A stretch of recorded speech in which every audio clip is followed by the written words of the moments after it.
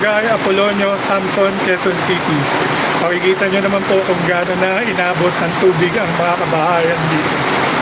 Sa mga may mga emergency po na kakayahan dito at mag-rescue, pakitulungan nyo po yung iba naming mga kapitbahay, lalo na po yung mga nasasalanta at lalong nalubog pa po sa may bandang likod, sa may bandang simbahan. Mataas na po ang tubig.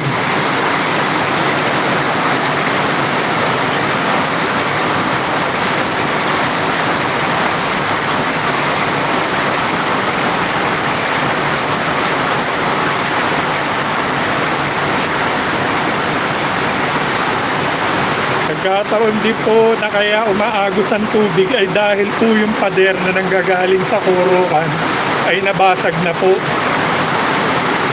Kaya dito po umagos ang tubig.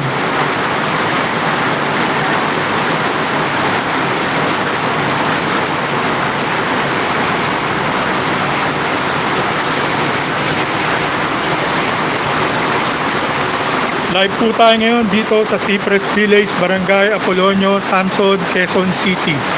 Cypress Village, Barangay Apolonio, Samson, Quezon City.